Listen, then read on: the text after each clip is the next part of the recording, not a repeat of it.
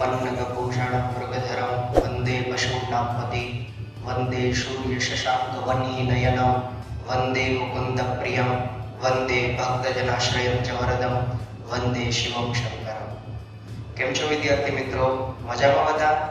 આજે આપણે પુનરાવર્તન અને ક્રિયાપદ પરિચયનો વિગતવાર અભ્યાસ કરીશું, જેમાં સૌપ્રથમ તમે ધોરણ 9 ની અંદર ભણી ગયા છો એવા વાક્યો આપેલા છે।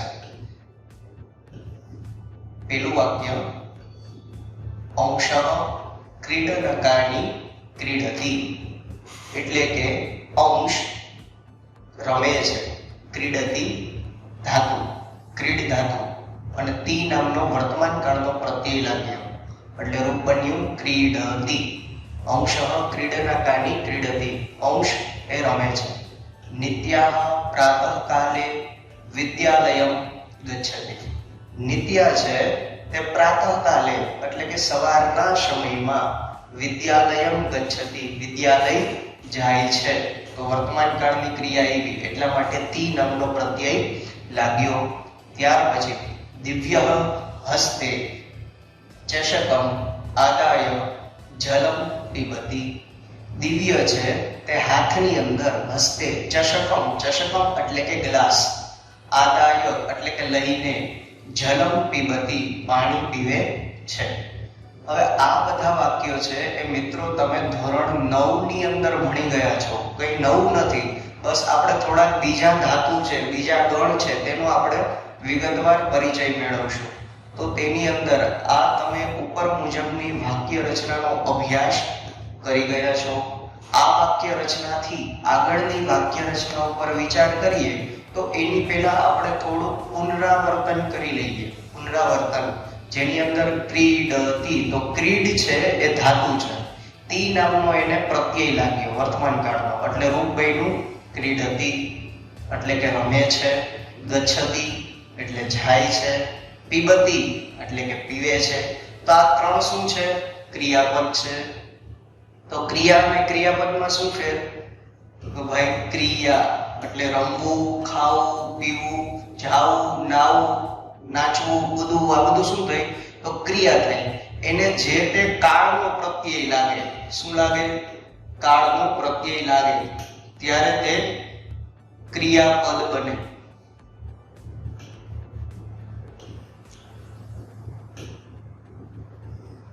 ક્રિયા જેમ કે ગચ્છ,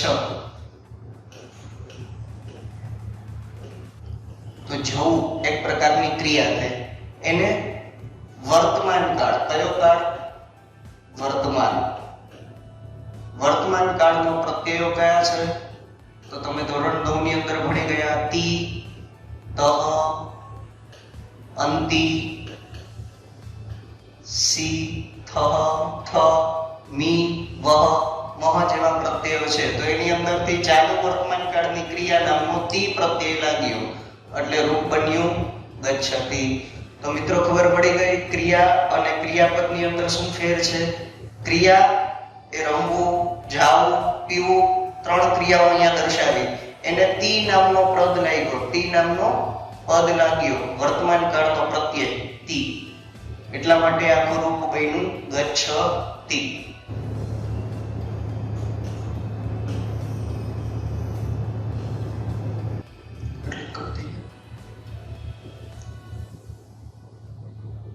તો આપણે ક્રમશઃ જોઈએ।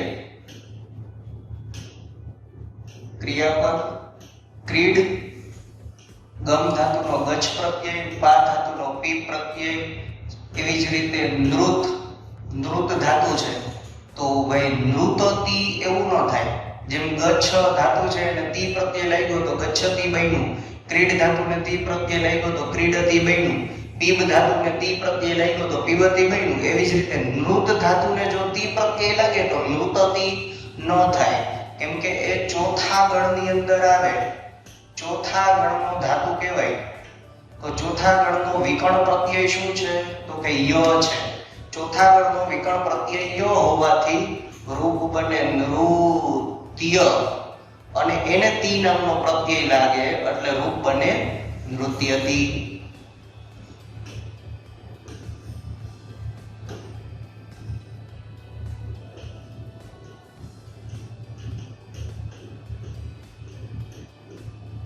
મિત્રો ખબર પડી ગઈ ધાતુ કેવી રીતે બને છે, ક્રિયા કોને કહેવાય, ક્રિયાપદ કોને કહેવાય, આ ત્રણ વસ્તુઓ આપણે શીખ્યા.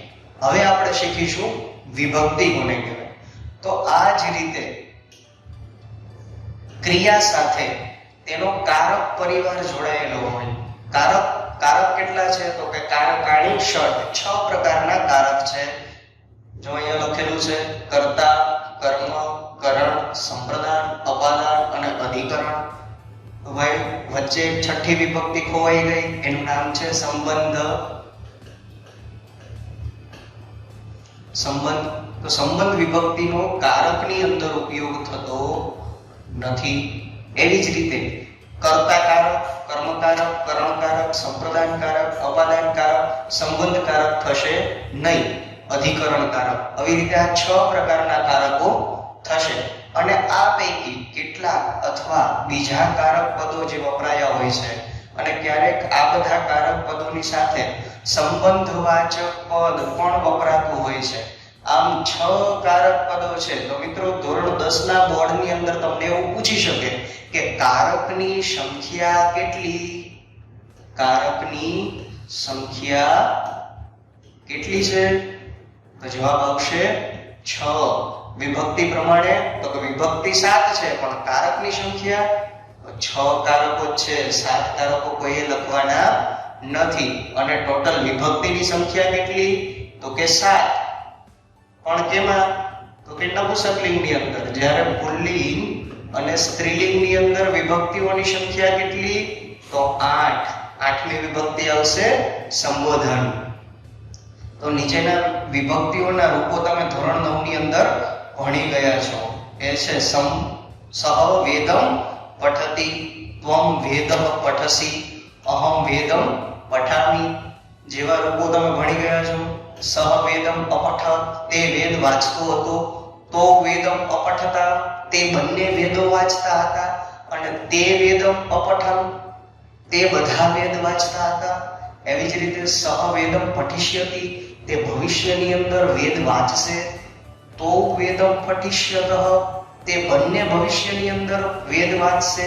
અને તે વેદમ પઠિષ્યન્તિ, તે બધા ભવિષ્યની અંદર વેદ વાંચશે. તો અહીંયા છે એ વર્તમાન કાળનો લકાર છે. ત્યાર પછી છે તો કે અપઠ, તો જે જગ્યાએ અ લાગે એ સમજી જવાનું કે આ ભૂતકાળ છે. અને જે જગ્યાએ શ્ય નામનો પ્રત્યય લાગ્યો હોય તો શ્ય નામનો પ્રત્યય હંમેશા ભવિષ્યકાળની અંદર લાગે. તો 3 પ્રત્યયો યાદ રાખવાના. તિ, તહ, અંતિ જેવા પ્રત્યયો લાગે તો એ છે વર્તમાન કાળ. જે જગ્યાએ આગળ અકાર દ્વારા શરૂઆત થતી હોય તો એ સમજવાનું કે ભૂતકાળ છે. અને જે જગ્યાએ ધાતુની પછી અને પદની પહેલા, ધાતુની પછી, ધાતુ શું છે તો કે પઠ ધાતુ છે, બરાબર. પ્રત્યય કયો લાગ્યો? શ્ય. અને વર્તમાન કાળનો પ્રત્યય લાગેલો છે તિ. તો જે જગ્યાએ ધાતુની પછી અને પ્રત્યય વર્તમાન કાળનો મૂકેલો હોય એની પહેલા બંનેની વચ્ચે શ્ય નામનો પ્રત્યય લાગે. ભાઈ વર્તમાન કાળ અને ભવિષ્ય કાળ એમાં કઈ લાંબો ફેર નથી. ખાલી ધાતુની આગળ બધી જગ્યાએ શ્ય લાગે. શ્યતિ, શ્યતઃ, શ્યંતિ, શ્યસી, શ્યથ, શ્યથ, શ્યામી, શ્યાવઃ, શ્યામઃ જેવા રૂપો બને. તો ક્લિયર? આ પુનરાવર્તન ક્રિયાપદ પરિચયનો આપણે અભ્યાસ કરી ગયા. ફરીથી પાછું સમજાવી દઉં તો કે સહ એટલે કે એકવચન, તો દ્વિવચન અને તે એટલે કે બહુવચન. સંસ્કૃત ભાષાની અંદર 3 વચન આવે છે. એકવચન, દ્વિવચન અને બહુવચન. 2 થી વધારે હોય તો બહુવચન. એવી જ રીતે સંસ્કૃત ભાષાની અંદર 3 પ્રકારના પુરુષ આપવામાં આવ્યા છે. કેટલા? 3 પ્રકારના પુરુષ. પ્રથમ પુરુષ, દ્વિતીય મધ્યમ પુરુષ અને અન્ય પુરુષ જેવા 3 પ્રકારના પુરુષ આવે છે. તો એવી જ રીતે 3 કાળ છે. વર્તમાન કાળ, ભૂતકાળ અને ભવિષ્યકાળ. તો ક્રિયાપદનું આપણે ભણી ગયા કે ભાઈ ક્રિયાપદ છે તો એ વિગતવાર આપણે ક્રિયાપદની અંદર સંસ્કૃત ભાષાની અંદર 10 લકારો આપેલા છે. કેટલા લકારો છે? તો કે 10 લકારો છે. અને 11મો લકાર છે એ લેટ લકાર તરીકે ઓળખવામાં આવે છે. કયો લકાર? લેટ લકાર, એનું આખું એક સૂત્ર છે વેદે લેટ. તો લેટ લકારનો પ્રયોગ માત્ર ને માત્ર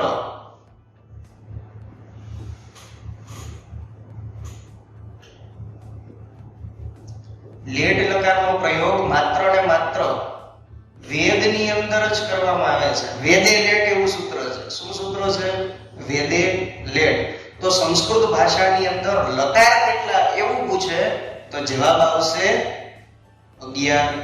કોઈ 10 ન લખવા, કેમ કે 10 છે એ માત્ર પુરાણોની અંદર શ્લોકોની રચના કરવાની અંદર જ વપરાય છે.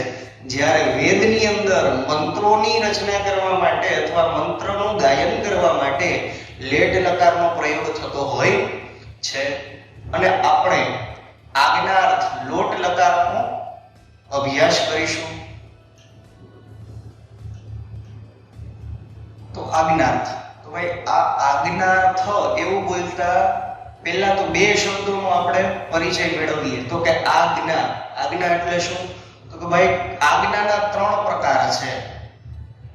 અહીંયા જે 3 પ્રકાર તમને આપ્યા છે. પહેલું છે આજ્ઞા,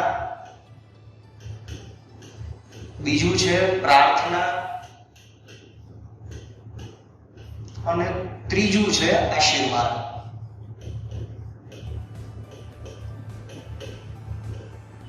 આ 3 જગ્યાએ લોટ લકારનો પ્રયોગ થતો હોય છે. હવે આજ્ઞાર્થ વાક્યનો આપણે અભ્યાસ કરીએ તો પહેલું વાક્ય છે હે બાલઃ, એટલે કે હે બાળક, ત્વમ આલસ્યમ ત્યજ, તું આળસને છોડી દે. એવું આજ્ઞા આપવામાં આવી. હે બાળક, તું આળસને છોડી દે. બરાબર? છોડીશ કે નહીં છોડીશ તો વિકલ્પ આપતા જ નથી, સીધી આજ્ઞા કરવામાં આવે છે કે હે બાળક, તું આળસને છોડી જ દે. બીજું વાક્ય હે પ્રભો કાલે પર્જન્ય વર્ષતુ, હે ભગવાન સમય આવે ત્યારે સુંદર મજાનો વરસાદ વરસાવજો. હે પ્રભુ કાળ, કાળ એટલે સમય, કાળ એટલે સમય, સમય થાય ત્યારે વરસાદને વરસાવજો. તો આ વાક્યની અંદર જે ભક્ત છે, કોણ છે? ભક્ત છે એ ભગવાનને પ્રાર્થના કરી રહ્યો છે કે હે ભગવાન સમય આવે ને ત્યારે યોગ્ય રીતે વરસાદને વરસાવજો. તો એક રીતે તો આ આજ્ઞા થઈ કે ભગવાન વરસાદને સમયસર વરસાવજો, વધારે પણ નહીં ઓછો પણ નહીં, માપસર જેટલો જરૂરિયાત હોય એટલો વરસાદ આપજો. એવું એક ભક્ત છે તે ભગવાનને પ્રાર્થના રૂપી આજ્ઞા કરી રહ્યો છે. અને એવી જ રીતે ત્રીજા વાક્યની અંદર હે બાલઃ ત્વમ સતમ જીવ, હે બાળક તું 100 વર્ષનું આયુષ્ય જીવ. કેટલા વર્ષનું?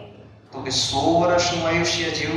100 વર્ષનું આયુષ્ય જીવવું એક મોટા વ્યક્તિ છે તે નાના એવા બાળકને આશીર્વાદ આપે છે. હે બાલઃ ત્વમ શતમ જીવ, શતમ જીવે મશરત જેવા વેદોની અંદર વાક્યો અપાયેલા છે. તો આશીર્વાદ રૂપી પણ લોટ લકારનો પ્રયોગ થાય છે. અને ઉપરના વાક્યોમાં જે રેખાંકિત પદો છે જેમ કે જીવ, વર્ષતુ, ધ્યજ જેવા વાક્યો શું છે? તો કે બધા ક્રિયાપદો છે. શું છે? ક્રિયાપદો છે. અને આ ક્રિયાપદો વર્તમાન જેવા કોઈ કાળનો અર્થ બનાવવા માટે નહીં, પરંતુ ક્રમશઃ આજ્ઞા, પ્રાર્થના અને આશીર્વાદ એ અર્થ કહેવા માટે વપરાયા છે. એનો મતલબ કે આજ્ઞાર્થ જે લોટ લકાર છે તેનો 3 જગ્યાએ પ્રયોગ થઈ શકે. કઈ કઈ? તો કે આજ્ઞા, પ્રાર્થના અને આશીર્વાદ, આવી 3 જગ્યાએ પ્રયોગ થાય.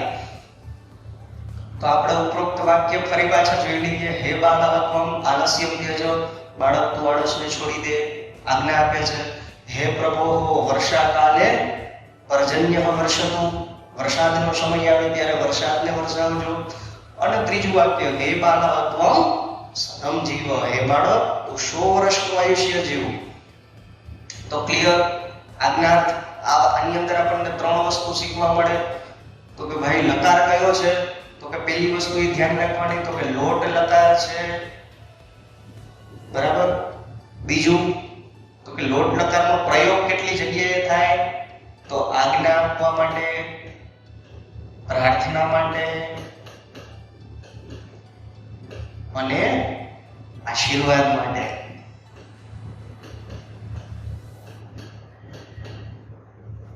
સમજાણું વિદ્યાર્થી મિત્રો? આગળ વધીએ તો ભાઈ આ લોટ લકાર છે તો લોટ લકારના પણ કંઈક પ્રત્યયો હશે, જેમ કે વર્તમાન કાળના પ્રત્યયો છે પિતઃ, અંતિ, સીથઃ, થ અને મીવહ, મ જેવા પ્રત્યયો છે. તો એવી જ રીતે લોટ લકારના પણ પ્રત્યયો અહીંયા આપેલા છે, તેમાં આપણે અભ્યાસ કરીએ. તો પુરુષ, પુરુષ કેટલા છે? તો કે 3 પુરુષ છે. ઉત્તમ પુરુષ, મધ્યમ પુરુષ અને અન્ય પુરુષ. એવું પણ પૂછી શકે એક્ઝામ ની અંદર કે ભાઈ સંસ્કૃત ધાતુઓની અંદર, સંસ્કૃત ધાતુમાલાની અંદર પુરુષ કેટલા છે અથવા પુરુષના કેટલા પ્રકાર છે? તો પુરુષના 3 પ્રકારો આવે છે, ઉત્તમ પુરુષ, મધ્યમ પુરુષ અને અન્ય પુરુષ. એવી જ રીતે સંસ્કૃત ભાષાની અંદર કેટલા વચન હોય? તો સંસ્કૃત ભાષાની અંદર 3 વચન હોય, એકવચન, દ્વિવચન અને બહુવચન. હવે જ્યારે ઉત્તમ પુરુષની અંદર પ્રત્યયો શું છે? આની, આવ, આમ, હી, તમ, ત, તુ, તામ અને અંતુ. તો ભાઈ આની અંદર ધાતુનો પ્રયોગ કરવા માટે, બરાબર, આ તો માત્ર પ્રત્યયો છે. શું છે? પ્રત્યયો. હવે આની અંદર ધાતુનો પ્રયોગ કરવો હોય આપણે તો એ કેવી રીતે કરવાનો આપણે શીખીએ. પઠ ધાતુ લઈ લઈએ. પઠ એટલે ભણવું, વાંચવું, બરાબર. તો પઠ ધાતુનો પ્રયોગ કરવો હોય તો હંમેશા દરેક ધાતુઓની અંદર કંઈક ને કંઈક શોર્ટકટ ટ્રીક હોય છે યાદ રાખવા માટે. તો એવી રીતે આજ્ઞાર્થની પણ છે. આજ્ઞાર્થની શોર્ટકટ ટ્રીક કઈ છે? તો કે ઉત્તમ પુરુષની અંદર બધી જગ્યાએ આકાર લાગશે.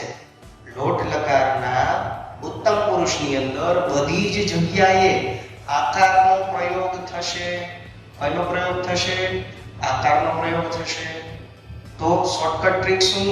તો કે ભાઈ ઉત્તમ પુરુષની અંદર ધાતુ બનાવવા માટે ધાતુ પ્લસ આકાર, ધાતુ પ્લસ આકાર લગાવવાનું. તો કેવી રીતે? ધાતુ કયો છે? તો પઠ. તો પઠનું પઠ એમને લખી નાખ્યું. પ્લસ તો કે આકાર લગાવવો. આપણે આકાર લગાવીએ. ધાતુ પ્લસ આકાર ઇઝ ઇક્વલ ટુ શું બને? પઠ અને આકારનો આ એટલે રૂપયનું પઠા, બરાબર. અને પછી તો કે પરસ્મય પદના પ્રત્યયો લગાવી દો ભાઈ. તો રૂપયનું પઠાની, બરાબર. વળી પાછો બીજો પ્રત્યય કયો છે? તો કે આવ. તો રૂપ બનશે પઠાવ. અને ત્રીજો પ્રત્યય કયો છે?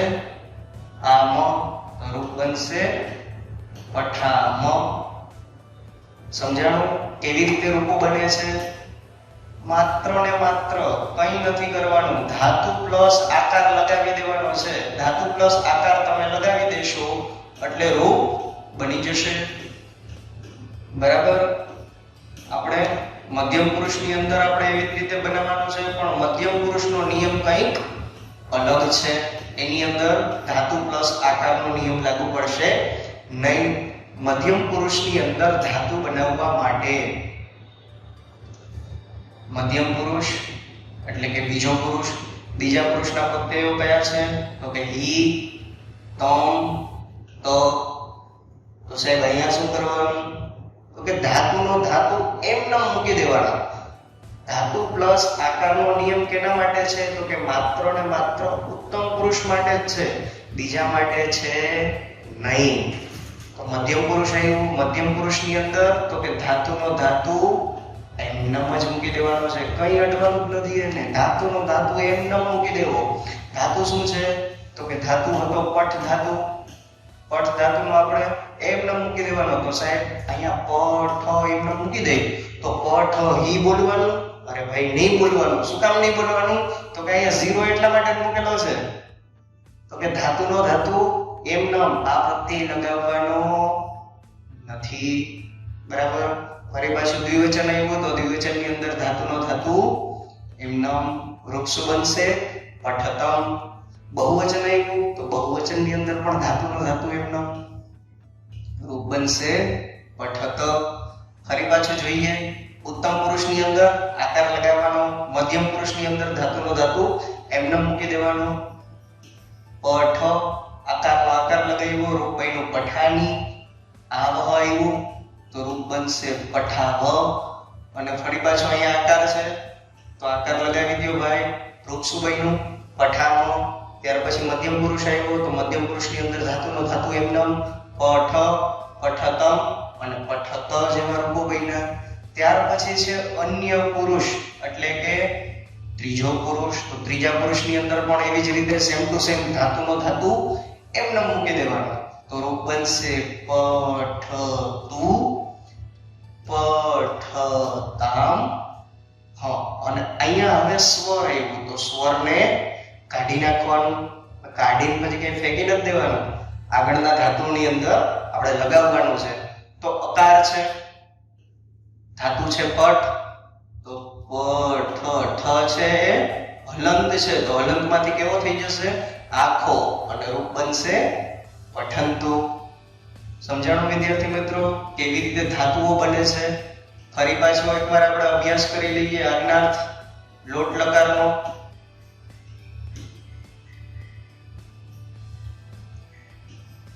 પહેલેથી તો કે ધાતુઓની અંદર 3 વચન, 3 પુરુષ. બરાબર. એક વચન, દ્વિવચન અને બહુવચન.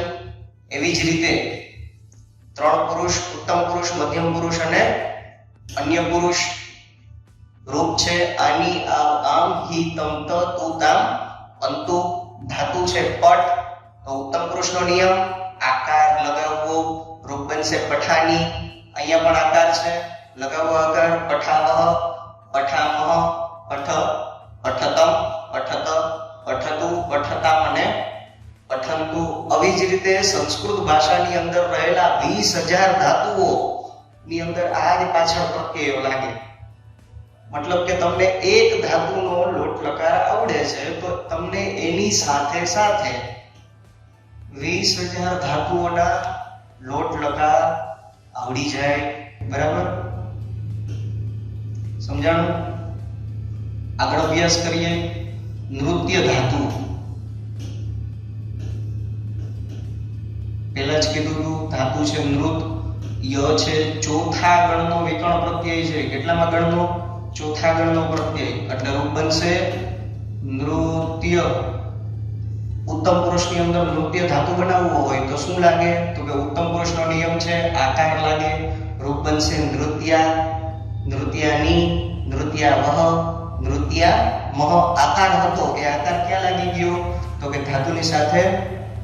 ત્યાર પછી અહીંયા મધ્યમ પુરુષનો નિયમ શું છે? તો કે ધાતુનો ધાતુ એમને મૂકી દેવો. નૃત્ય, નૃત્યતમ, નૃત્યત. અન્ય પુરુષનો નિયમ તો કે ધાતુનો ધાતુ એમને મૂકવો પણ સ્વર છે તેને કાઢી નાખવાનો તો રૂપ બનશે નૃત્યતુ, નૃત્યતામ અને નૃત્યંતુ.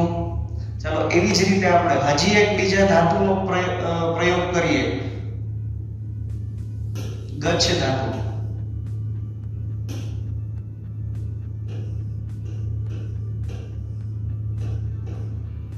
ગચ્છ ધાતુ. તો ગચ્છ ધાતુ છે. રૂપ શું બનશે? ગચ્છા.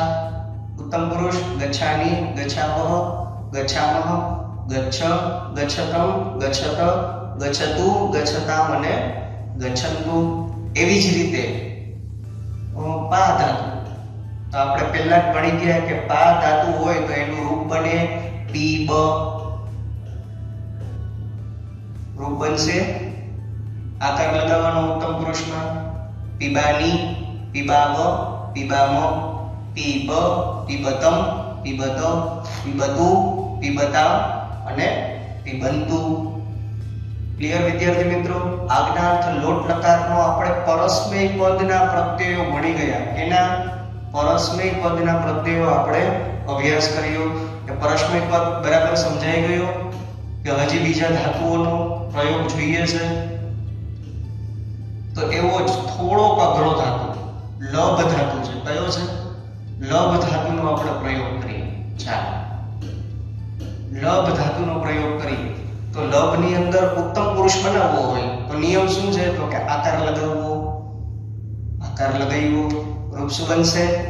લભાની, લભામહ, લભામહ, લભ, લભતમ, લભત, લભતુ, લભતામ અને લભંતુ. એકદમ સરળ છે. માત્ર નિયમ યાદ રાખો એટલે ધાતુ આવડી જશે. અને આ વખતની બોર્ડની એક્ઝામમાં માત્ર ને માત્ર તમને અન્ય પુરુષ જ પૂછવાના છે. બોર્ડની પેપર સ્ટાઇલ મુજબ શું પૂછવાના છે? તો કે અન્ય પુરુષ. તો મધ્યમ પુરુષ ને ઉત્તમ પુરુષ પાકું કરવાની જરૂર નથી. આપણે માત્ર ને માત્ર પરસ્મય પદ અને આત્મનેય પદનો અન્ય પુરુષ તમે પાકું કરી લ્યો એટલે તમને 1 માર્ક ક્લિયર. 2 લીટી કરો એટલે 1 માર્ક તમને મળી જ જાય. આ બંનેની અંદરથી 1 માર્કનું તો પૂછશે જ. બરાબર? એવી જ રીતે 5 પ્રકાર છે: વર્તમાન કાળ, ભવિષ્યકાળ, ભૂતકાળ, આત્મનેય પદ એટલે કે આજ્ઞાર્થ અને વિદ્યાર્થ. આ 5 ધાતુઓની અંદરથી પરસ્મય પદ અને આત્મનેય પદના જે પ્રત્યયો છે તે તમે પાકા કરી લો તો 5 માર્કનું પૂછાશે. કેટલા માર્કનું? તો કે 5 માર્કનું.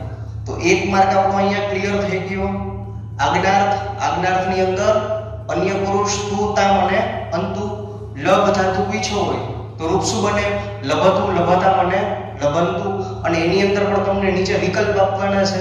તો કે ભાઈ 4 વિકલ્પ છે. 4 ની અંદરથી કયો કે આની અન્ય પુરુષનું એકવચન શું થાય? તો અન્ય પુરુષના એકવચનમાં તો કે એક જ પ્રત્યય લાગેલો હોય પાછળ. દ્વિવચન તો એની અંદર 2 પ્રત્યયો લાગેલા હોય. અને બહુવચન એટલે કે 2 થી વધારે તો એની અંદર 3 પ્રત્યયો લાગેલા હોય.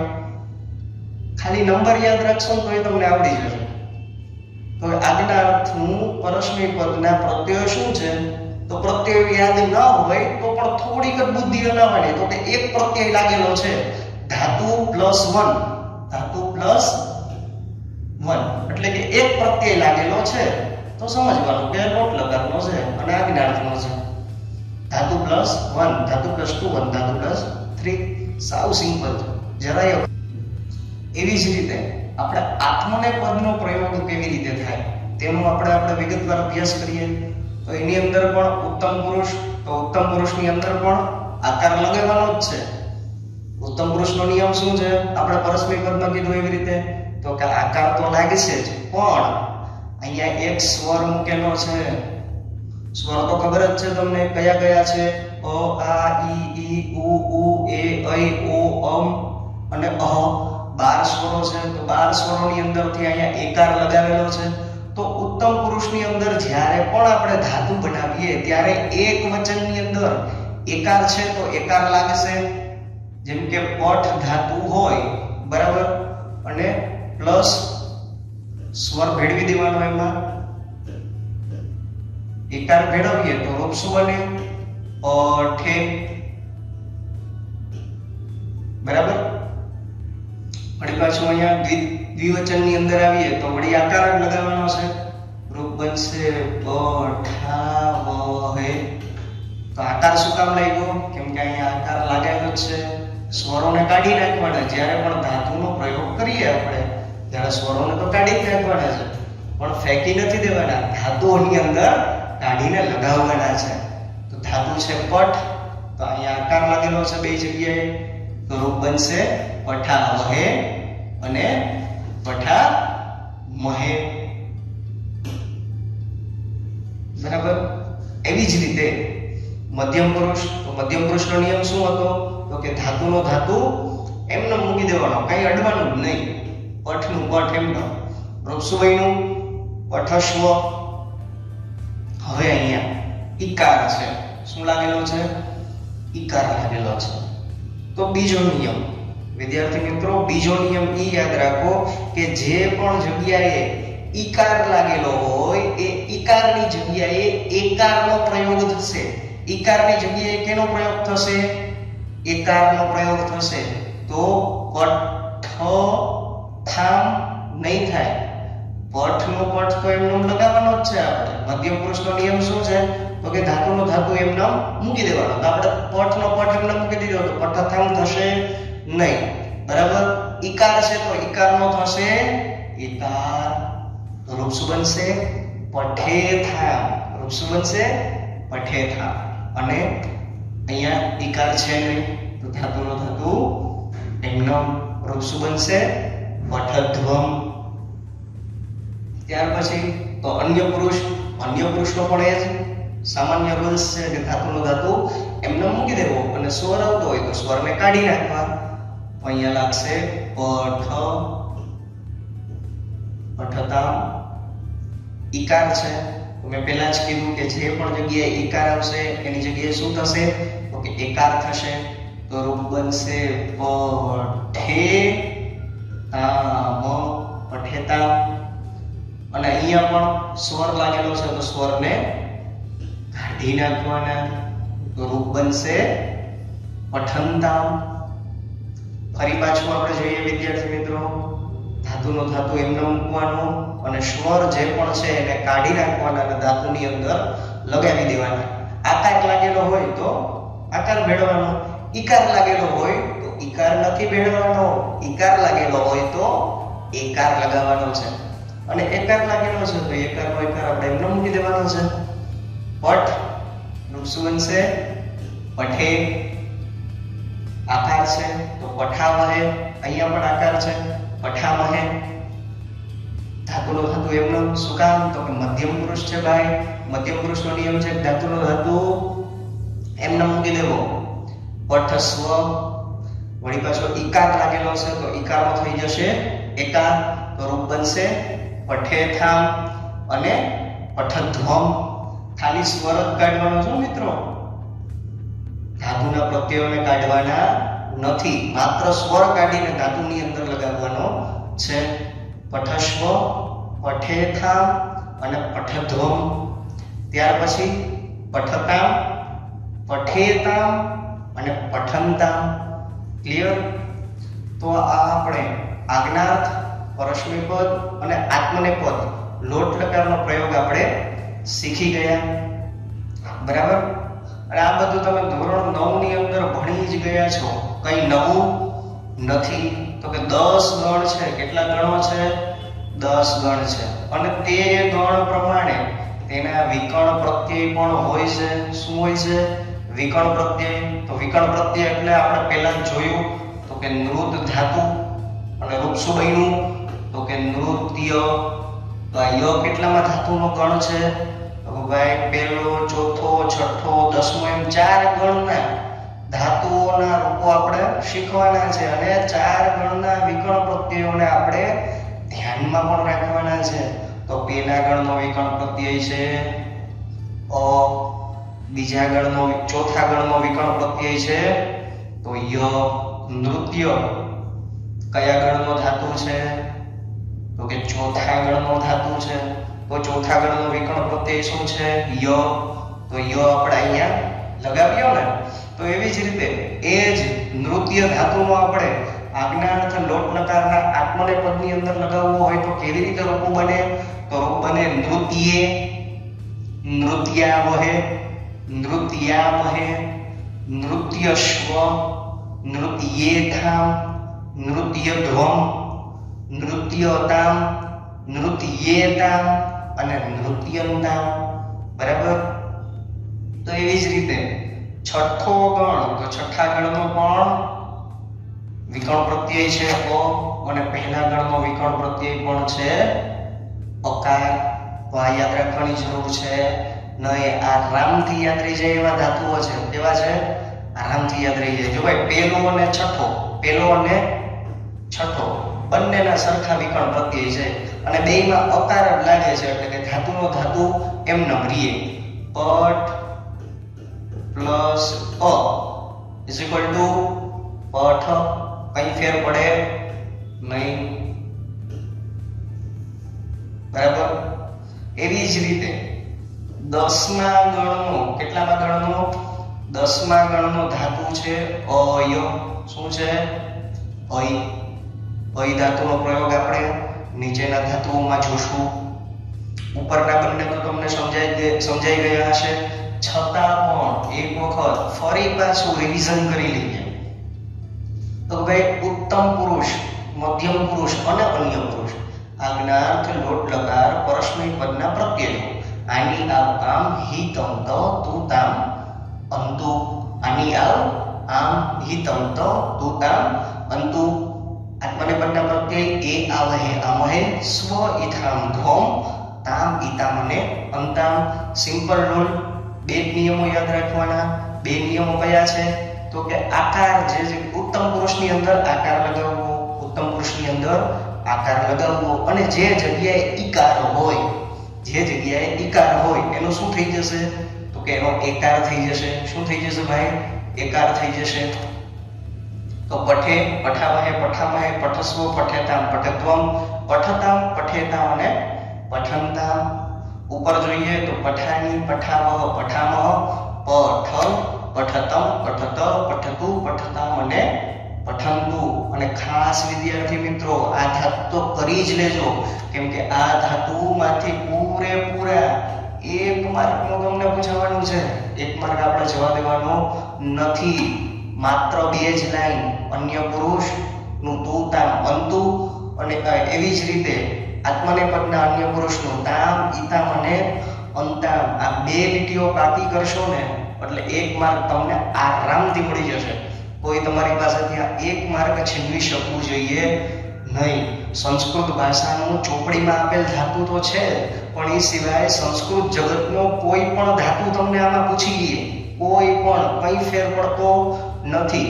નિયમ યાદ રાખશો એટલે કોઈ પણ ધાતુ હોય તમે આરામથી પાકો કરી શકો, બરાબર, અને આરામથી એનો જવાબ પણ આપી શકો. તું તામ અંતુ અને તામ ઈતામ અંતામ. આ 2 લીટીઓ બાકી કરેલી હશે ને એટલે દરેક પ્રશ્ન છે કોઈ પણ ધાતુ હોય આરામથી 1 માર્ક તમને મળી જશે, બરાબર. તો આજ્ઞાર્થ લોટ લકાર પરસ્મય પદ એના પ્રત્યયો, તો કે આ ઉપરના હવે યાદ રાખવાનો આપણી પાસે સમય છે નહીં. હવે આપણે માત્ર ને માત્ર સ્માર્ટ વર્ક કરવાનું છે, માત્ર ને માત્ર સ્માર્ટ વર્ક. તો ભાઈ પૂછાવાનું કેટલું છે એટલું જ પાકું કરો. પેપર સ્ટાઇલ તમને અપાઈ ગઈ છે તો બધાએ વાંચી લીધી હશે. એની અંદરથી આજ્ઞાર્થની અંદરથી કેટલું પૂછવાના છે? તો કે માત્ર 1 જ માર્કનું પૂછવાના છે. અને 1 માર્કની અંદર તો કે આખો ધાતુ પૂછવાના નથી. શું પૂછવાના છે 1 માર્કની અંદર? તો કે માત્ર ને માત્ર અન્ય પુરુષ જ પૂછવાના છે. તો બંને ધાતુના અન્ય પુરુષ પાકા કરી લ્યો. તું તામ અંતુમ તામ ઈતામ અંતામ. શું વાર લાગે? 1 માર્ક આરામથી મળી જાય. અને ધાતુનો પ્રયોગ કેવી રીતે કરવો હોય તો મેં તમને શીખવાડી જ દીધું, બરાબર. ચાલો આપણે આગળ વધીએ.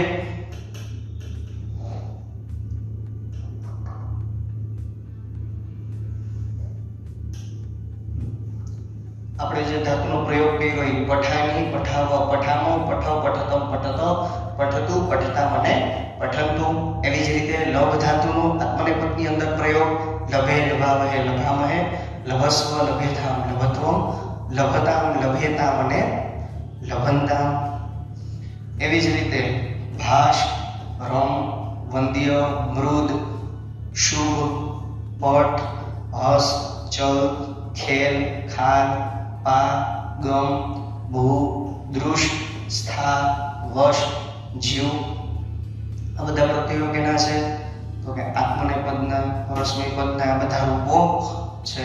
અહીંયાથી ચાલુ થતા આ બધા આત્મનેપદના છે અને આ બધા ધાતુઓ પરસ્મય પદના છે, બરાબર. પરસ્મય પદની અંદર ફરી પાછો આપણે પ્રયોગ કરીએ તો હસ ધાતુ છે. હસ ધાતુના રૂપ શું બને? હસાની, હસાવહ, હસામ, હસ, હસતમ, હસત, હસતુ, હસતામ અને હસંતુ. હસ એટલે હસવું, સ્માઈલ કરવી. ત્યાર પછી ચલ, ચલ એટલે ચાલવું. ચલ ધાતુનો પ્રયોગ કરીએ. ચલાની, ચલાવહ, ચલામહ, ચલ, ચલતમ, ચલત, ચલતુ, ચલતામ, ચલંતુ. ત્યાર પછીનો ધાતુ છે ખેલ. ખેલ એટલે રમવું. રૂપ બને ખેલાની, ખેલાવ, ખેલામ, ખેલ, ખેલતમ, ખેલત, ખેલતુ, ખેલતામ, ખેલંતુ. ત્યાર પછીનો ધાતુ છે પા. તો પા ધાતુનું રૂપ શું બનશે વિદ્યાર્થી મિત્રો? પીબ. પીબ એટલે તો કે પીવું. રૂપ શું બને? પીબાની, પીબાવો, પીબામો, પીબ, પીબતમ, પીબત, પીબતુ, પીબતામ, પીબંતુ. એના પછીનો ધાતુ તો કે ગમ. બરાબર? ગમાની, ગમાવો, ગમામો, ગમ, ગમતમ, ગમત, ગમતુ, ગમતામ, ગમંતુ. ત્યાર પછીનો ધાતુ ભૂ. ભૂ ધાતુ રૂપ બને ભવાની, ભવાભ, ભવામો, ભવ, ભવતમ, ભવત, ભવતુ, ભવતામ, ભવંતુ. બરાબર? ભૂ સપ્તાયામ. ભૂ એટલે થવું. ત્યાર પછી દૃશ. દૃશ એટલે જોવું. બરાબર? દૃશ ધાતુ છે. દૃશાની, દૃશાવ, દૃશામો નહીં થાય. દૃશાની, દૃશાવ, દૃશામો નહીં થાય. શું કામ? તો કે દૃશ ધાતુ છે. કયો ધાતુ? દૃશ ધાતુ. એ કેટલામાં ગણનો છે? તો કે ચોથા ગણનો છે ભાઈ. આપણે પહેલા જ વાત થઈ કે ચોથા ગણનો વિકર્ણ પ્રત્યય કયો છે? ચોથા ગણનો વિકર્ણ પ્રત્યય છે ય. તો પાછળ લગાવી દો. રૂપ બનશે દૃશ ય. બરાબર? દૃશ્યાની, દૃશ્યામ, દૃશ્યામ, દૃશ્ય, દૃશ્યતમ, દૃશ્યત, દૃશ્યતુ, દૃશ્યતામ, દૃશ્યંતુ. ત્યાર પછી સ્થા. સ્થાની, સ્થાવ, સ્થામ, સ્થા, સ્થાતમ, સ્થાત, સ્થાતુ, સ્થાતમ અને સ્થાંતુ. ત્યાર પછી વસ. તો વસાની, વસાવ, વસામ, વસ, વસતમ, વસત, વસતુ, વસતામ, વસંતુ. એવી જ રીતે જીવ ધાતુ તો જીવાની, જીવાવ, જીવામ, જીવ, જીવતમ, જીવત, જીવતુ, જીવતામ, જીવંતુ. આત્મનેપદ લવ ધાતુ તો મૂકેલો જ છે. બરાબર? ભાસ ધાતુ તો ભાષે, ભાષાવહે, ભાષામહે, ભાષસ્વ, ભાષેતામ, ભાષધ્વમ, ભાષતામ, ભાષેયતામ અને ભાષંતામ. બરાબર મિત્રો? અહીંયા થોડું ધ્યાન રાખવાનું છે. બરાબર? એકમાં થામ આવે છે અને બીજામાં તામ આવે છે. બરાબર? જે જગ્યાએ વિકલ્પોની અંદર થામ પ્રત્યય લાગેલો હોય, બરાબર, થામ, તો એ કેમાં બનશે? કે મધ્યમ પુરુષમાં. અને તામ પ્રત્યય લાગેલો હોય તો એ કેમાં બનશે? અન્ય પુરુષની અંદર. બરાબર? તમને તો માત્ર અન્ય પુરુષ જ પૂછવાના છે. સાવ સહેલું. ચલો એનાથી આગળ જોઈએ. બરાબર? શુભ ધાતુ છે, મૃદ ધાતુ છે, રમ ધાતુ છે, વંદ ધાતુ છે. આ બધા ધાતુઓ એવી રીતે જ બનશે. બરાબર વિદ્યાર્થી મિત્રો? લીખ ધાતુ છે. લીખાની, લીખાવા, લીખામાં, લીખ, લીખતમ, લીખત, લીખતુ, લીખતામ. કથ ધાતુ. કથ એટલે કહેવું. બરાબર? તો કથ ધાતુ છે કેટલામાં ગણનો ધાતુ છે? તો કે 10મા ગણનો ધાતુ છે. અને આપણે મિત્રો પહેલી જ સ્લાઇડ ની અંદર જોયું કે 10મા ગણનો વિકર્ણ પ્રત્યય કયો છે? તો કે ઈય, ઈ, ય. સોરી.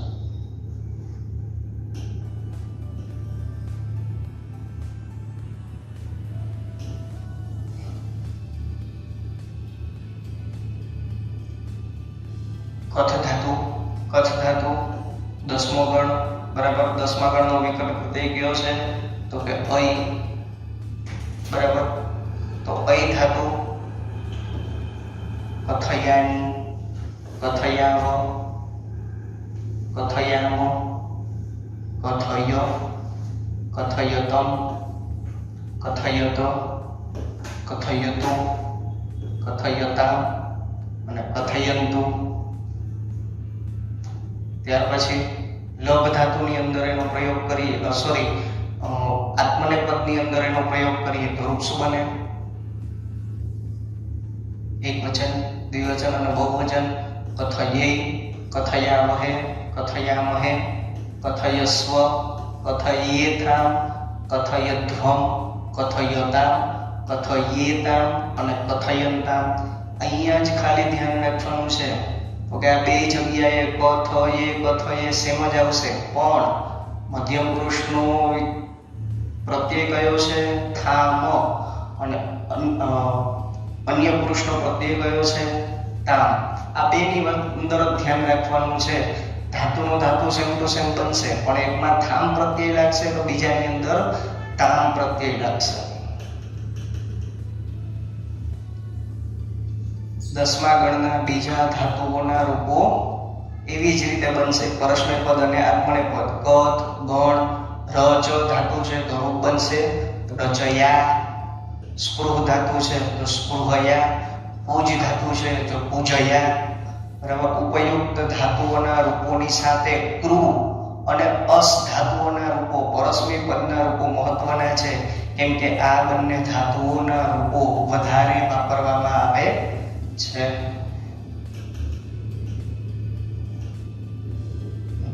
તો એની અંદર રૂપો બનશે કરવાણી, કરવાવ, કરવામ, કુરુ, કુરુતમ, કુરુત, કરોતુ, કુરુતામ અને કુર્વંતુ. આત્મનેય પદની અંદર, પરસ્મય પદની અંદર બનશે આસાની, આસાવ, આસામ, એધી, સ્તમ, સ્ત, અસ્તુ,સ્તામ અને સંતુ. મિત્રો 2017ની બોર્ડની પરીક્ષાની અંદર 2017ની બોર્ડની એક્ઝામની અંદર આ ધાતુ પૂછાયેલો. એની અંદર એવી રીતે પૂછાયું હતું અસ્તુ, સ્ત અને સંતુ. અને પૂછાયેલું હતું કે લોટ લકારની અંદર પરસ્મય પદનું રૂપ લખો. તો લોટ લકારની અંદર પરસ્મય પદનું રૂપ તો અસ્તુ પણ થાય અને સંતુ પણ થાય. બબ્બે વિકલ્પો આવે ત્યારે હંમેશા ધ્યાનમાં રાખવાનું કે વચન કયું પૂછ્યું છે. આજ્ઞાર્થ, લોટ લકાર, પરસ્મય પદ જો એક વચન પૂછેલું હોય તો રૂપ બને અસ્તુ, અને બહુવચન પૂછાયેલું હોય તો બને સંતુ. માત્ર ધાતુનું નામ જોઈ અને પદનું નામ જોઈને વિકલ્પો ટીક નથી કરી નાખવાના. એની સાથે સાથે આપણે વચનને પણ ધ્યાનમાં રાખવાનું છે. બરાબર. આપણે આજ્ઞાર્થ લોટ લકારનો અભ્યાસ કરી ગયા. બરાબર. લોટ લકારનો પ્રયોગ તો કે 3 જગ્યાએ. કઈ કઈ? તો કે આજ્ઞા, પ્રાર્થના અને આશીર્વાદ આપવા માટે. એની અંદર તો કે બે પ્રકાર છે, પરસ્મય પદ અને આત્મનેય પદ. પરસ્મય પદના પ્રત્યયો કયા છે? તો કે આની, આવામ, હિતમ, ત, તુતામ, અંતુ. અને પરસ્મય પદના પ્રત્યયો એ આમહે, આમહે, સ્વ, ઇથામ, ધ્વમ, તામ, ઇતામ, અંતામ. એવી જ રીતે વિદ્યર્થક. વિદ્યર્થકની અંદર લિંગ લકારનો પ્રયોગ થાય છે. કયો? લિંગ લકારનો પ્રયોગ. તો કે ભાઈ વિદ્યર્થક ધાતુ કેના માટે છે? તો કે વિધિ દર્શાવવા માટે છે. કેના માટે? વિધિ દર્શાવવા માટે. પ્રાતઃ મંત્રાન પઠેત. સવારના મંત્રોનો પાઠ કરવો જોઈએ. તો આ વાક્ય કેવું છે? તો કે વિધિ દર્શાવે છે. શું દર્શાવે છે? વિધિ દર્શાવે છે. તો કે ભાઈ મંત્રોનો પાઠ કરવો જ જોઈએ. બરાબર. ત્યાર પછી તો અતિથિ મધ્યાહ્ન કાલે તક્રમ પિબેત.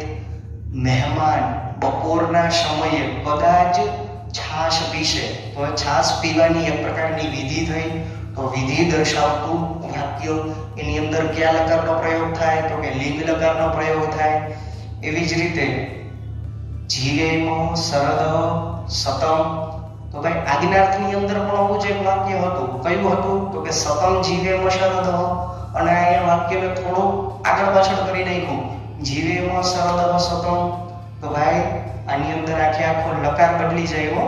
ઉત્તમ જીવેમ શરદ સતમ. તો કે શરદ ઋતુઓ સુધી જીવીએ. શરદ ઋતુઓ સુધી જીવીએ. પણ કેટલી? તો કે શતમ. સતમ એટલે 100 શરદ ઋતુઓ સુધી જીવીએ. તો આ એક પ્રકારે આશીર્વાદ રૂપી વાક્ય છે.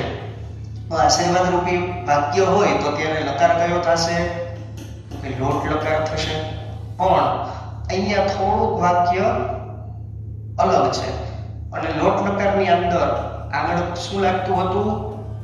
હે સંબોધન, એટલે કે 8મી વિભક્તિનો પ્રયોગ થયો હતો. એટલા માટે લોટ લકાર હતું, આજ્ઞાર્થ વાક્ય હતું. અહીંયા પ્રયોગ થયો છે? તો કે નથી થયો. હે લાગેલું નથી. જીવેમ શરદ સતમ.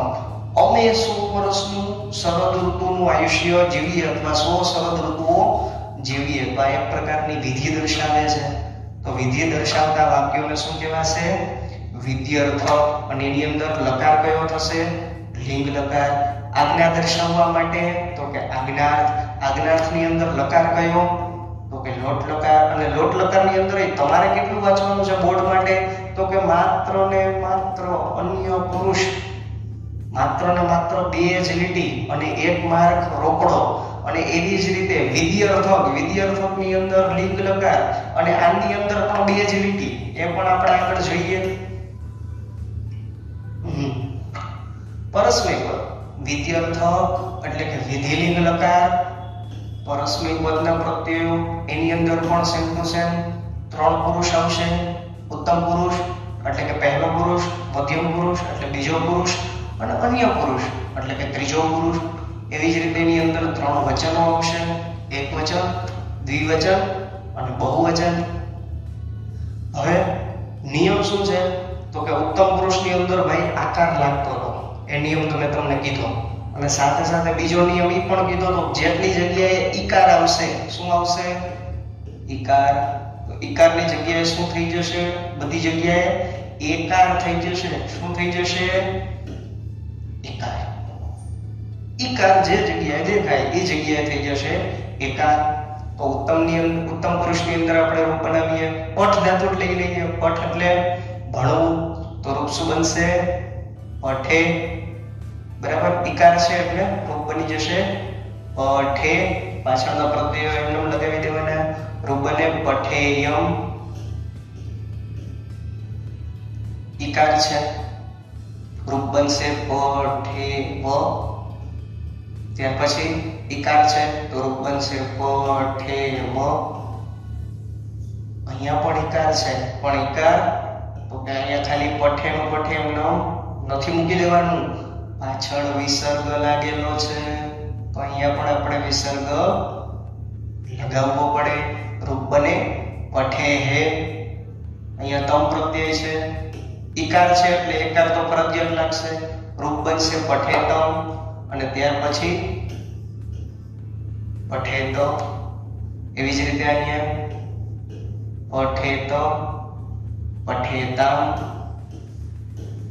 અને પઠેયુહુ. પઠેયુહુ. અને તમારે બોર્ડની એક્ઝામની અંદર માત્ર ને માત્ર અન્ય પુરુષ, ઈત, ઈતામ અને ઈયુહુ આ 3 વસ્તુ પાકી કરો એટલે 1 માર્કાનો તમને બીજો મળી જશે. બરાબર. પરસ્મય પદના પ્રત્યયો આપણે જોયા. એવી જ રીતે એની અંદર બીજો ધાતુનો આપણે પ્રયોગ કરીએ તો નૃત્ય ધાતુ પ્રયોગ કરી લઈએ ભાઈ. નૃત ધાતુ અને ચોથા ગણનો વિકર્ણ પ્રત્યય ય લગાવી દઈએ એટલે રૂપ બની જશે નૃત્ય. બરાબર. રૂપ શું બનશે? નૃત્યેયમ, નૃત્યેવ, નૃત્યેમ, નૃત્યેહ, નૃત્યેતમ, નૃત્યેત, નૃત્યેત, નૃત્યેતામ અને નૃત્યેયુહુ.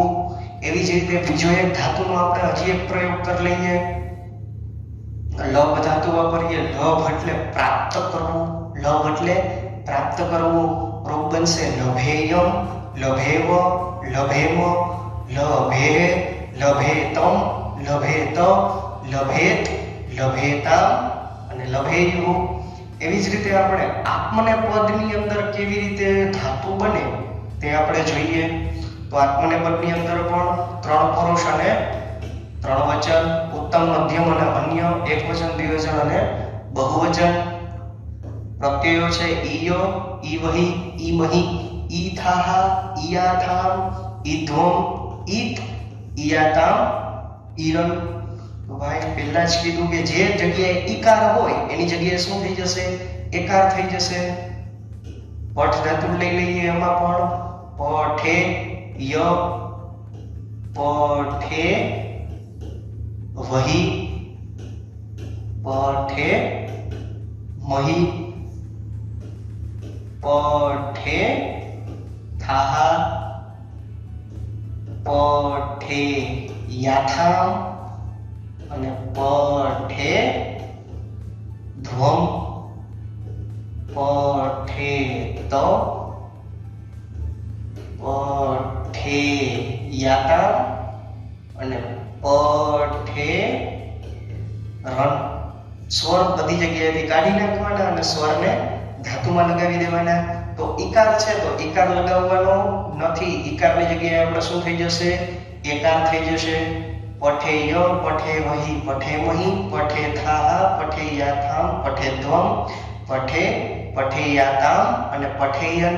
આની અંદર પણ બે ધાતુઓ સરખા આવે છે, પણ એકમાં લાગશે થામ અને બીજામાં લાગશે તામ. જે આપણે આજ્ઞાર્થ ની અંદર જોયું એવી જ રીતે આની અંદર વિદ્યાર્થની અંદર પણ એવી જ રીતે આવશે. થામ અને તામ. આગળ યાથામ અને યાતામ.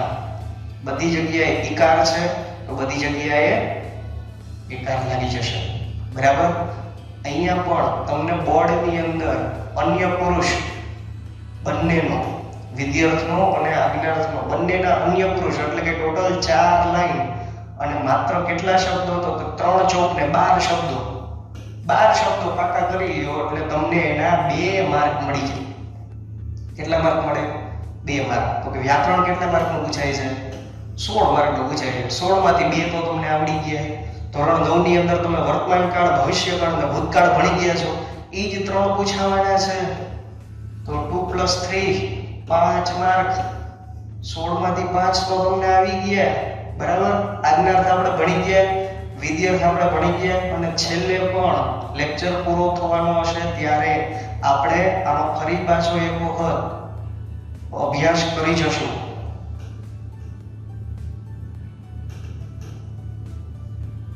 પઠ ધાતુ પઠેહે, પઠેતમ, પઠેત, પઠેત, પઠેતામ અને પઠેયુ. લભેય, લભેમહી, લભેમહી, લભેતા, લભેયથામ, લભત્વમ, લભેત, લભેયતામ અને લભેરન. બરાબર. આનો આપણે અભ્યાસ કરી ગયા. તો ધાતુઓ તમને સમજાઈ ગયા હશે મિત્રો. બરાબર. ધાતુઓ તમને સમજાઈ ગયા હશે. ધાતુનું ચેપ્ટર અહીંયા પૂરું કરીએ અને થોડું વિશેષણનો પ્રયોગ. તો ભાઈ આ પણ 1 માર્કનું પૂછાય છે. બીજું ચેપ્ટર જે ગ્રામરનું છે, બરાબર, અભ્યાસ નંબર 2, એની અંદરથી કેટલું પૂછવામાં આવે છે? તો 1 માર્કનું પૂછવામાં આવે છે. બરાબર. વિશેષણનો પ્રયોગ. તો કે વિશેષણના પ્રયોગની અંદરથી શું પૂછવામાં આવે છે? માત્ર ને માત્ર સંખ્યાવાચક વિશેષણ. વિશેષણના પ્રકાર કેટલા છે? ઓકે, પહેલું સંખ્યાવાચક, પછી બીજું ગુણવાચક. બરાબર. જેમ કે મધુરમ દુગ્ધમ, દૂધ કેવું છે? તો કે મીઠું છે. તો મીઠું એક પ્રકારનો ગુણ થયો, તો ગુણવાચક વિશેષણ. ત્યાર પછી સંખ્યાવાચક વિશેષણ. ત્યાર પછી કોઈ પણ જગ્યાનું માપ દર્શાવવામાં આવ્યું હોય. શું દર્શાવવામાં આવ્યું હોય? માપ. તો એને કહેવાય પરિમાણ. પરિમાણવાચક વિશેષણ. બરાબર. ગુણવાચક, સંખ્યાવાચક, પરિમાણવાચક. ત્યાર પછી ભાવવાચક. ભાવવાચક વિશેષણ. બરાબર. તો એ વિશેષણોના પ્રકાર છે, તેને આપણે જોઈએ વિગતવાર.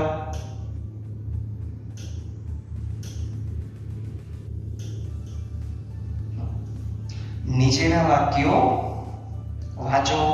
પહેલું વાક્ય છે નગરે એકઃ ધાર્મિકઃ વિનમ્રઃ શ્રેષ્ઠીપુત્ર પ્રતિવસતિ. નગરની અંદર એક ધાર્મિક અને વિનમ્ર એવો શેઠનો દીકરો રહે છે. તો કઈ જગ્યાએ રહે છે ભાઈ? તો કે નગરની અંદર રહે છે. કેટલા રહે છે? તો કે એક રહે છે. કોણ રહે છે? તો કે શ્રેષ્ઠી પુત્ર એટલે કે શેઠનો દીકરો રહે છે. ઈ શેઠનો દીકરો કેવો છે? તો કે શેઠનો દીકરો ધાર્મિક છે અને વિનમ્ર પણ છે. ધાર્મિક અને વિનમ્ર કોના લક્ષણો છે? તો કે શેઠના દીકરાના. બરાબર. તો વિશેષણ યુક્ત શબ્દ જે નામના અર્થમાં વધારો કરે તેને વિશેષણ કહેવાય. વિશેષણની વ્યાખ્યા શું? તો કે જે નામના અર્થમાં વધારો કરે તેને વિશેષણ કહેવાય.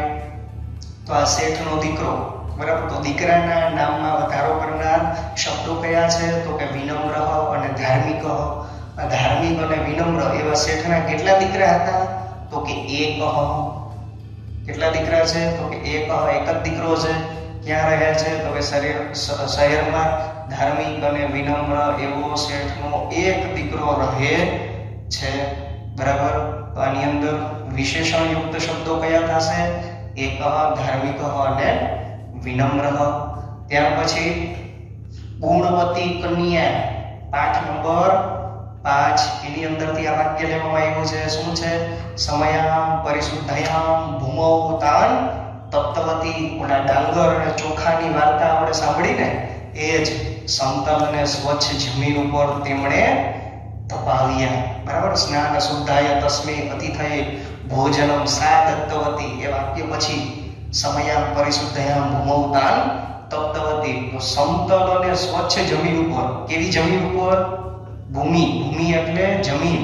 તાન તપ્તવતી, તાન એટલે કે તેણીએ, તપ્તવતી એટલે તપાવ્યા.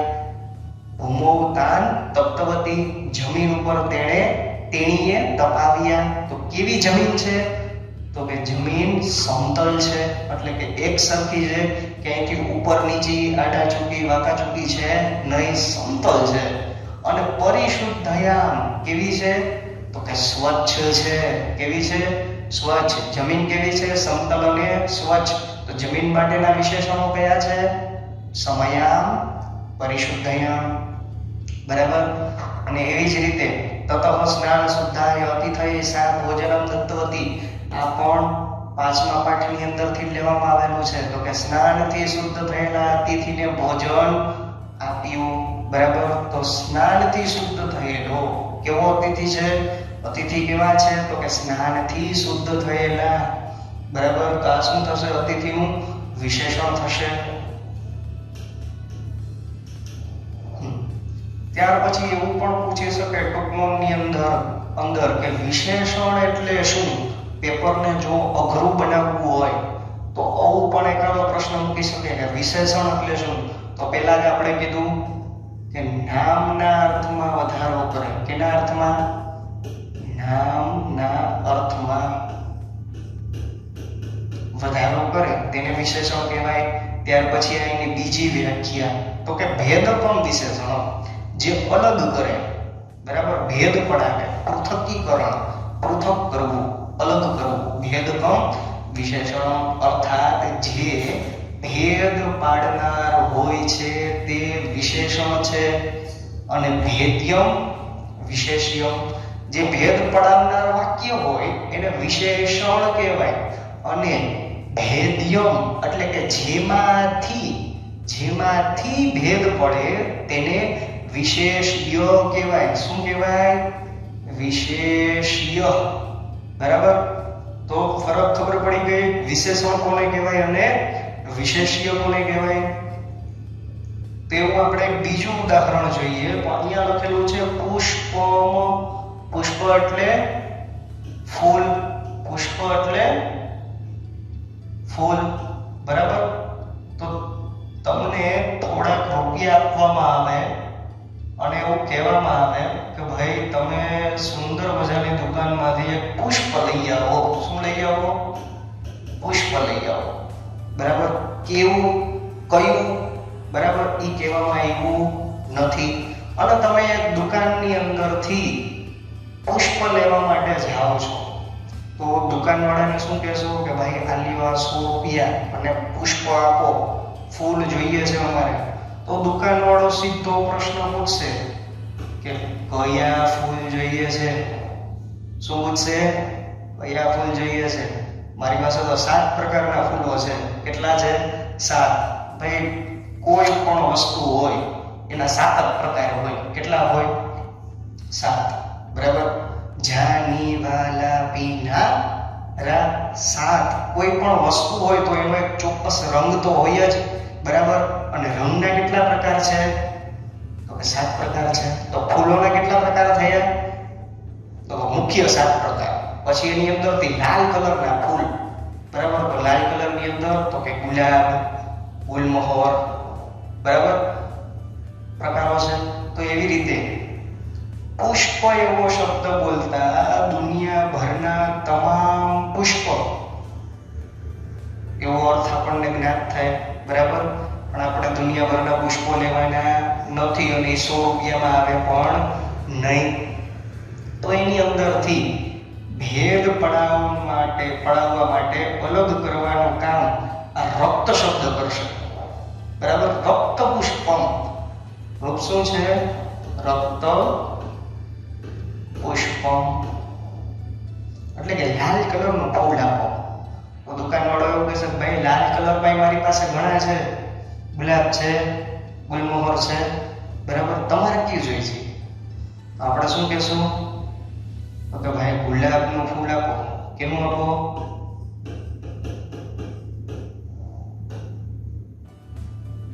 ગુલાબનું ફૂલ આપો.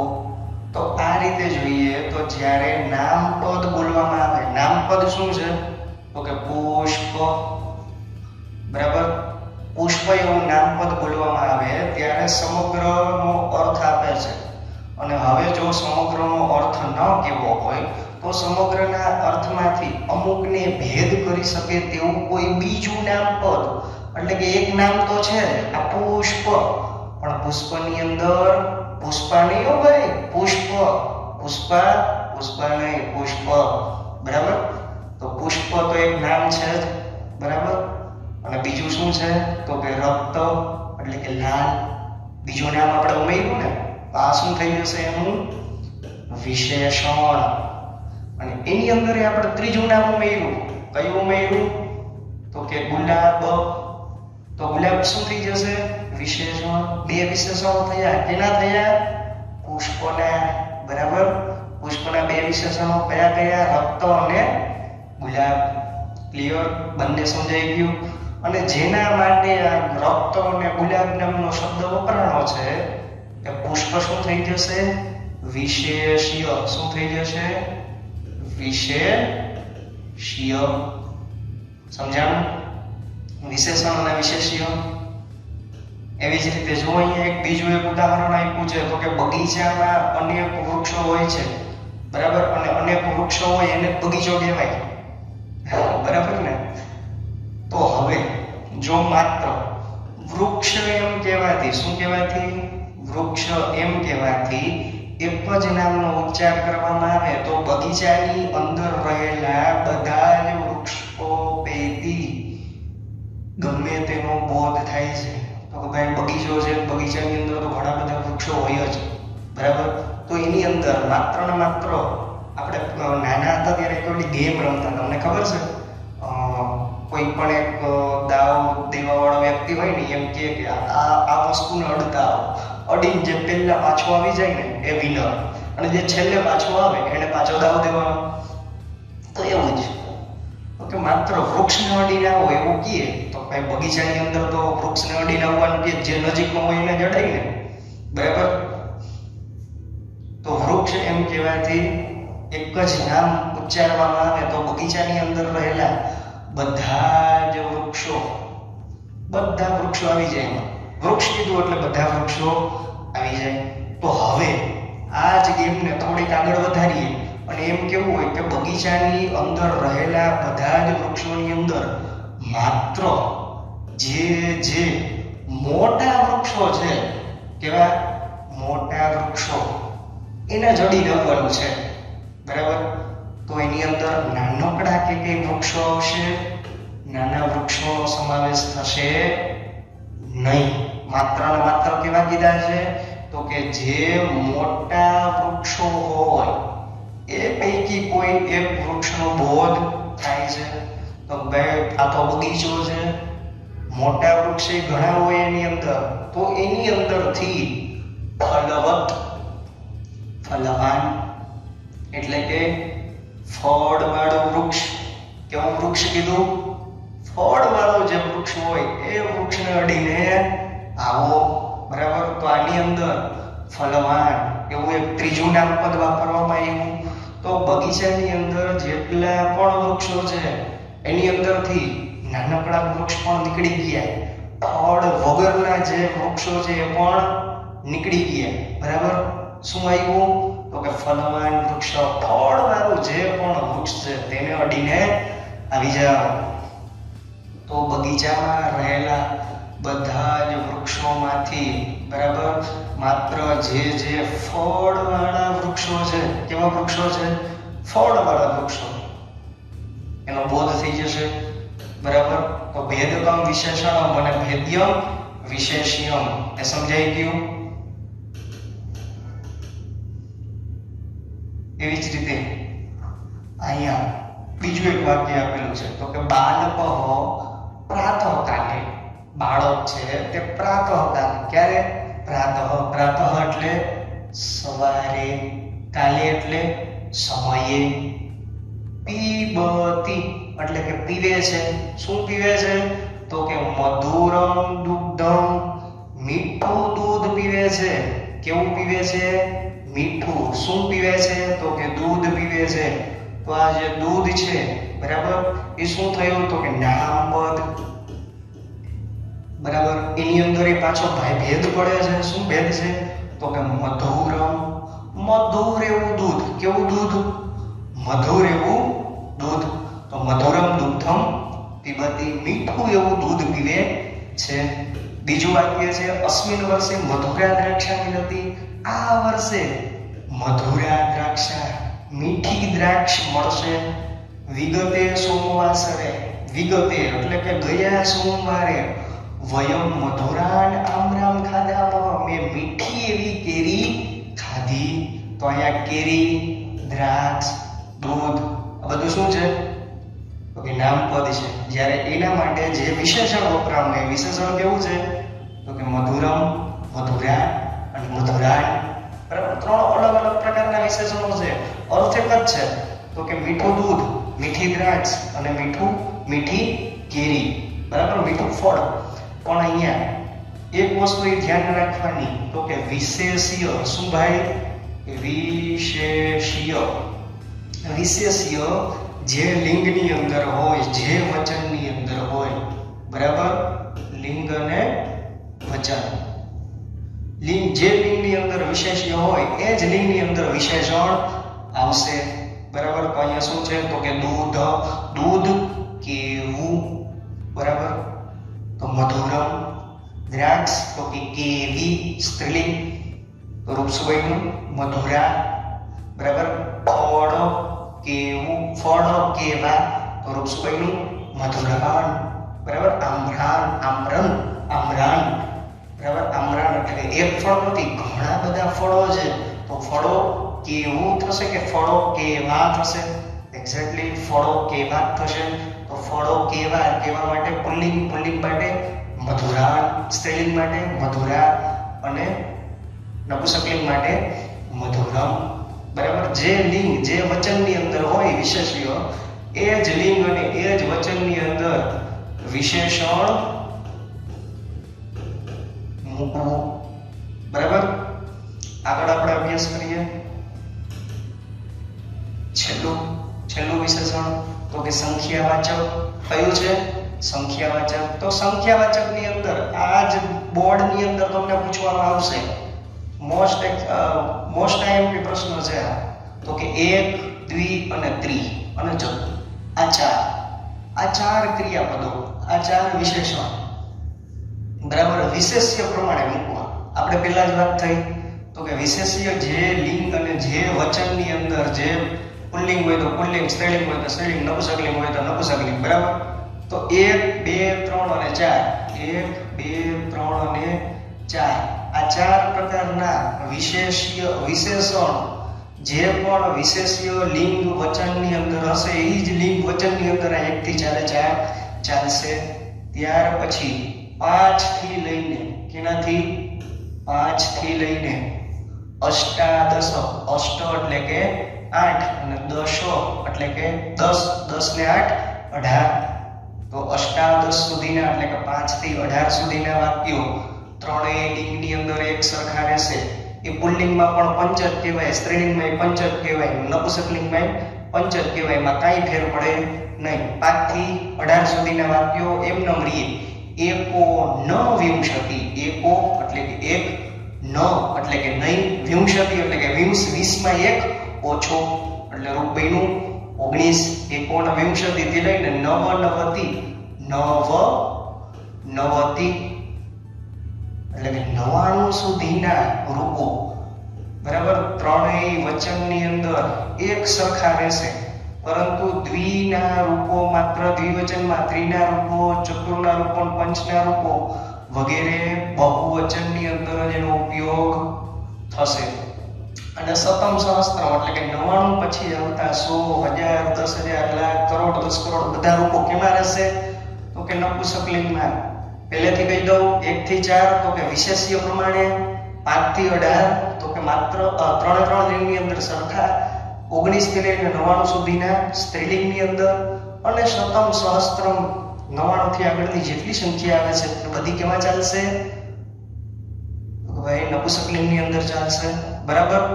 આ ક્લિયર? આ ચેપ્ટર અહીંયા પૂરું કરીએ આપણે.